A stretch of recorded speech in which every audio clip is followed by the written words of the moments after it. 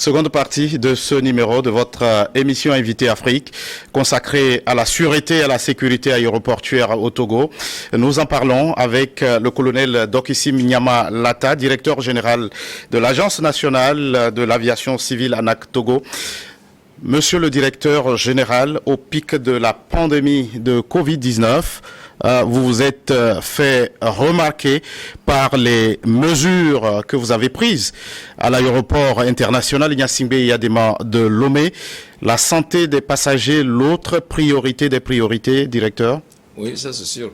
Vous savez, je dirais que celui qui a impulsé, qui a donné des décisions, c'est le chef de l'État. Permettez-moi de le dire parce que il faut reconnaître les choses par les faits.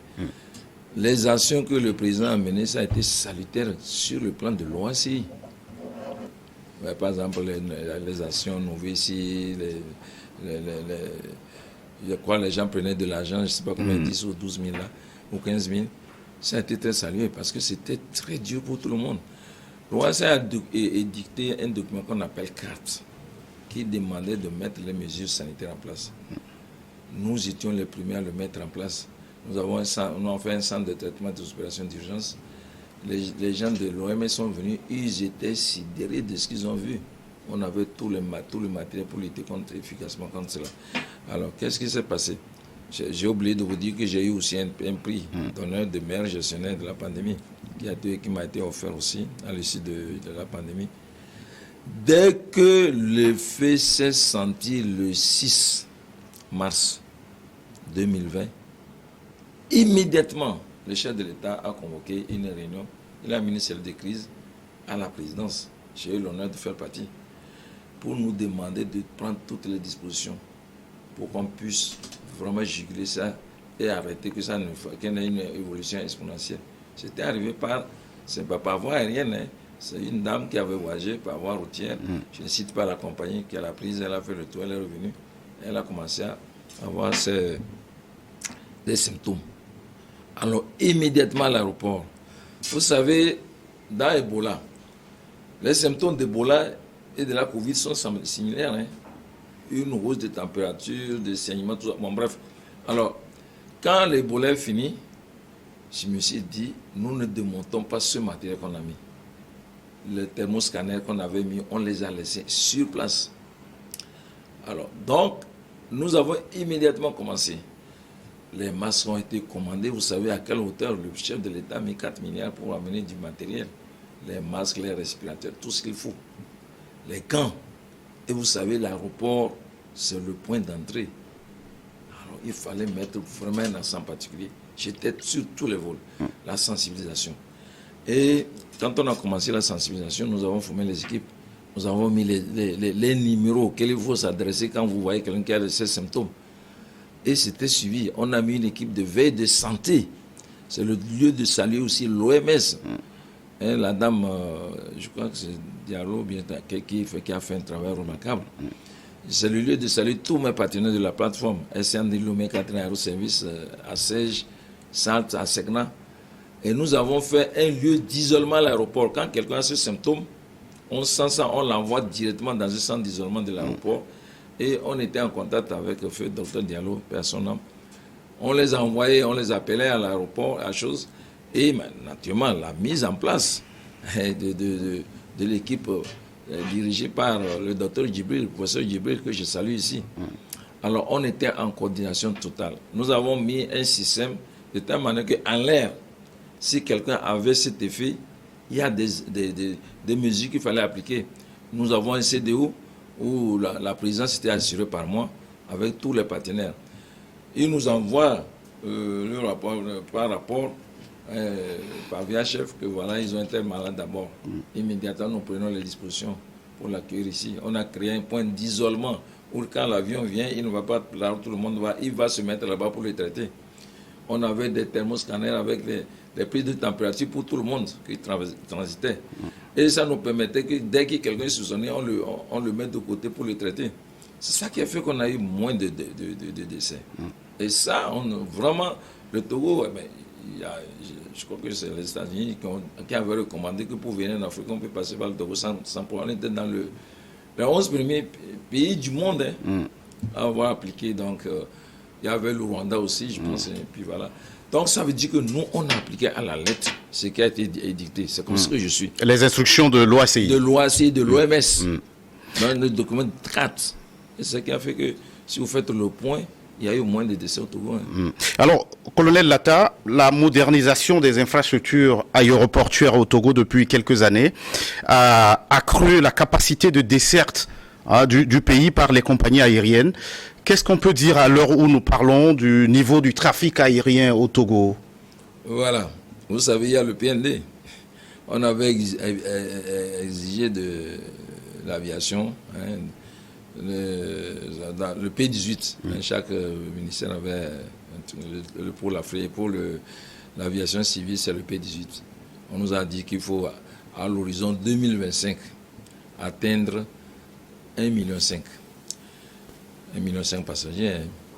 Alors, l'année 2019 a été considérée par l'IATA, l'Association internationale des transports aériens, comme l'année où vraiment tout marchait bien.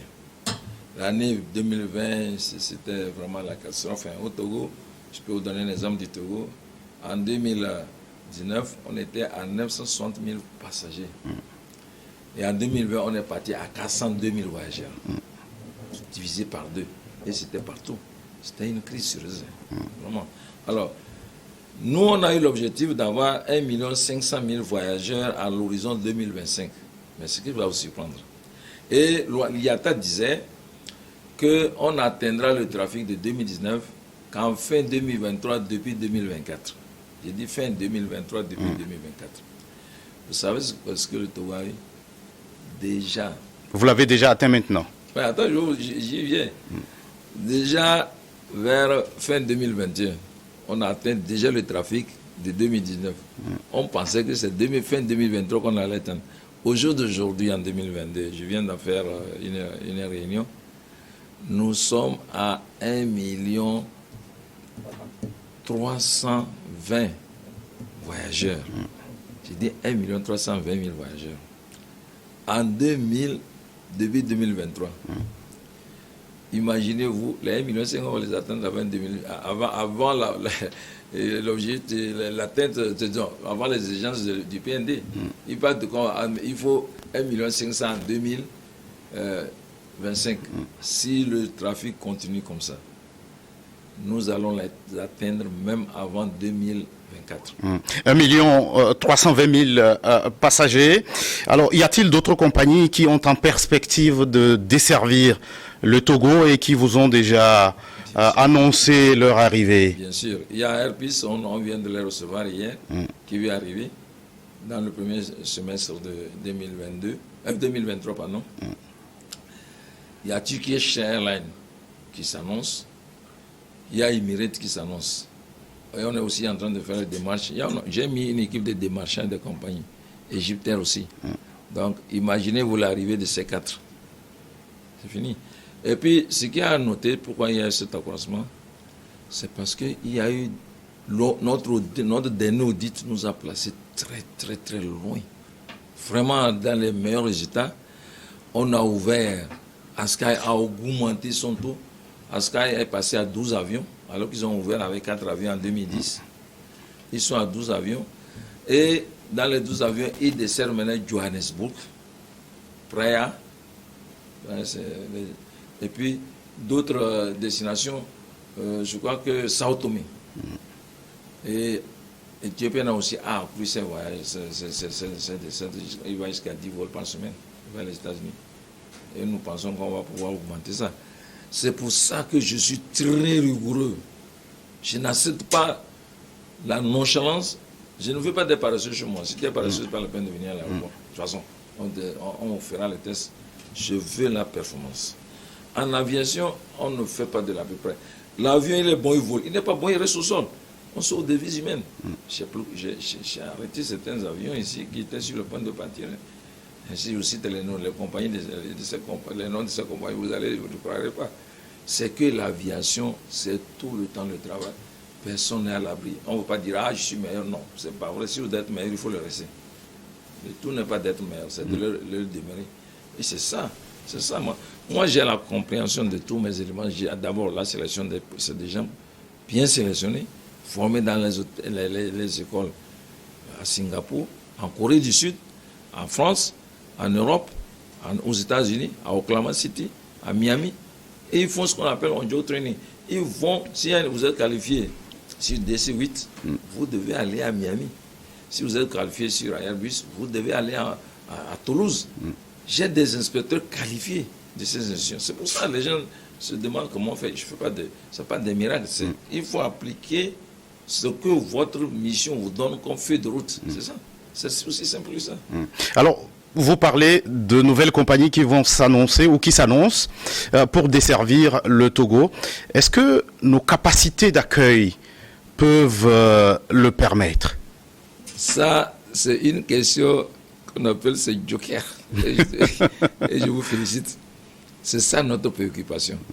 Et nous avons une oreille attentive. Très bientôt, nous allons réaménager l'ancien aéroport. Il y a des capacités de cet aéroport qu'on a quitté pour faire arriver la nouvelle aérogare. Il y a un projet de réhabilitation de cet aérogare. Deuxièmement, il y a un projet d'allongement des parkings. Il faut augmenter le nombre de parkings. Ça devait démarrer fin janvier, début février. On va rallonger, on va encore avoir plusieurs caps. On doit pouvoir faire 6 parkings supplémentaires. Et puis, il y a aussi des projets vers Niamtougou. Vous savez que l'aéroport de Niamtougou, c'est l'aéroport de dégagement. Donc, il y a un projet de pouvoir allonger la piste et puis faire le parking. Parce que dans un pays... Pour, in fine, en faire un aéroport de trafic de haut niveau comme celui de Lomé? Non, pas comme, il faut être trop optimiste. Pas comme celui de Lomé. Lomé, c'est la capitale. C'est-à-dire que c'est un aéroport qui va servir de dégagement. Si jamais les voyageurs, les Togolais arrivent sur Lomé, et que pour quelqu'un, il y a un avion qui s'est peut-être crashé, qui occupe la piste, il faut pouvoir les amener quelque part. Ceux qui critiquent que Niamtougou, pourquoi on veut développer l'aéroport, mais est-ce que quelqu'un, un Togolais qui quitterait Paris pour venir à Lomé, s'il y a un problème, on l'amène à Cotonou ou à Accra, c'est la solution. On les amène à Niamtougou, le temps de dégager, puis on revient. Là, naturellement, on ne pourra jamais avoir assez de sous pour développer comme Lomé, mais c'est un aéroport déjà international, donc qui est très bien équipé. Tout simplement, c'est de le clôturer et ensuite rallonger la piste et offrir. Il y a ce qu'on appelle les produits de contre-saison. Il y a des moments où il y a des tomates qui se produisent en quantité, les mangues, les ignames, et qui pourrissent. Il y a un opérateur qui semble être intéressé pour pouvoir exporter tout ça vers l'extérieur. Donc, et puis, il y a par exemple le Hajj. Le Hajj, la partie septentrionale, ils sont de prédominance musulmane. Ils sont obligés de venir à Lomé pour partir. À Lomé. Non, on pourra faire partie, certains vols au départ de Niamtougou et certains vers Lomé. Ceux qui sont à côté méridional pourront partir de Lomé. Et c'est ça le développement économique du pays. C'est une vision de l'autorité. Donc, ça va se faire. Donc, nous allons réhabiliter aussi, il faut le noter, tous les aérodromes qui se trouvent au sud ou au nord, par exemple, l'aéroport de, comment dis-je là, Kamina. L'aérodrome de Kamina. L'aérodrome de Soukodé, l'aérodrome de Mango, l'aérodrome de Dapon. Pourquoi ça? Il y a ce qu'on appelle imaginez-vous qu'il c'est déjà arrivé une fois où il y a de grosses pluies et le pont d'Amakwapé, par exemple, était sauté. Donc, on peut aller avec des avions, par exemple, à Kamina, à Tapamé, pour récupérer les gens. Amener des vivres à ces pays-là. À ces régions. À ces régions, nos frères, nos sœurs qui sont là-bas. On a ça en vision. C'est tout le Togo. On veut aéronautiquement doit être développé. Vous avez, malheureusement, il y avait un aérodrome à Tablibou qui a fini dans un champ de manioc. Les gens qui cultivaient le manioc dessus. Bon, après, c'est pas... Donc, il y a Sodé qu'on va développer aussi. Il y a ce qu'on appelle... il y avait un aérodrome à Bassa qui a fini dans un champ de Labako. Donc, on a sauvé donc Sarkawa, on va sauver Mango, Dapon. Donc, toutes les régions auront un aérodrome. C'est ça le développement, c'est la vision du chef de l'État, c'est ça. Donc, nous voulons absolument que on puisse vraiment, en cas de problème, on peut aller dans toutes les sous-régions pour apporter le soutien. Colonel Latta, le 14 novembre 2022 à Dakar, a été observé la 23e journée anniversaire de la décision de Yamoussoukro, qui est l'ancêtre du MUTA. Que le chef de l'État togolais Faure Gnassingbé s'est vu confier le projet. Quel est votre regard sur le défi lié à la libéralisation du transport aérien en Afrique? Merci beaucoup pour cette question. Vous savez, c'était en janvier, précisément le 29 janvier, à Addis, j'ai eu l'honneur de faire partie de la délégation, que notre président a été fait champion du MUTA. C'est pas par hasard. Ils ont vu son parcours, tout ce qu'il a pu faire à tous les niveaux quand il a une responsabilité. Tout récemment, vous voyez la dernière responsabilité, où il a intervenu efficacement. La médiation dans la crise entre le Mali et la CEDEAO. Et la CEDEAO. Et surtout avec la Côte d'Ivoire, un État frère. Mais ça a salué. Notre président, il faut le saluer. Il y a le président Ouattara aussi. Et puis le président Assimi Goïta. Ça, c'est un exemple d'une résolution d'un problème africain. Il faut vraiment... Le jour-là, j'étais aux Anges, j'étais à l'aéroport quand ils sont arrivés. Mais vous ne pouvez pas imaginer. Ça, c'est une bénédiction de Dieu. Et l'Afrique doit pouvoir avancer dans ce sens-là. Donc, plutôt c'était le 30 janvier qu'il a été fait champion du MUTA. En ce temps, c'était le président Kagame qui était le président en exercice des chefs d'État de l'Union africaine. Alors, dès qu'il est arrivé ici, la première des choses, il a demandé qu'est-ce qu'on peut faire. Il dit, bon, je pense qu'il faut faire rapidement une réunion ici. Il a convoqué une réunion. Quand on dit Lomé, ce n'est pas possible. Tout le monde était là. Et on a mis en place, il y a un comité de mise chargé sur ce MUTA. Le MUTA, c'est quoi? C'est le machine de transport aérien. Les avantages sont énormes. Économie d'échelle, on offre aux voyageurs la possibilité de voyager, réduction des prix, embauche, 500 000 emplois que ça va générer. Alors, beaucoup de personnes sont impliquées dans cela. Le président de la BAD, vraiment, il faut le saluer parce qu'il a accompagné la CAFAC, qui est l'organe technique du MUTA et de l'UA. Alors, la réunion a été faite ici. Il était dit que tous les 2 ans. C'était en 2018. Mais en 2020, on est tombé dans la pandémie, on ne pouvait pas se réunir. Et maintenant, en 2023, 2022, donc il est envisagé de revenir à Lomé ici. Ça sera avec l'agrément du chef de l'État. Pour que tout le monde se retrouve pour renouveler ce bureau qui a fait plus de le double du mandat. Et en même temps relancer ce MUTA-là. Alors, une initiative a été prise.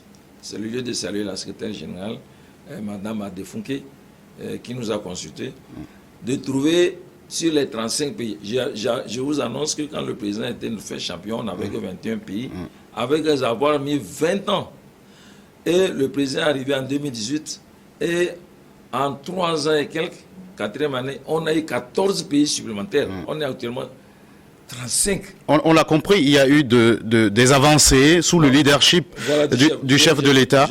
Il ne nous reste plus assez de temps. En quelques secondes, mon colonel. Voilà, en quelques secondes, je vais vous dire. Alors, pourquoi cette réunion à Dakar, le 14? Le 14, c'est l'addition des Yamoussoukro. C'est le jour que l'addition a été prise des Yamoussoukro. Et ça s'est fêté. Alors, on a voulu mettre les 10 premiers États qui ont eu 100%. Dans le Togo, premièrement, en tête. Mais arrivé là-bas, des gens disent non, on est à 90, vous allez nous prendre. On est maintenant à 18. C'est parti, c'est lancé. Donc l'objectif, c'est tout. Ça a été dirigé par le ministre des Transports du Togo, qui a dirigé un panel au plus haut niveau. Moi, j'ai dirigé un panel au niveau des directeurs généraux d'aviation civile.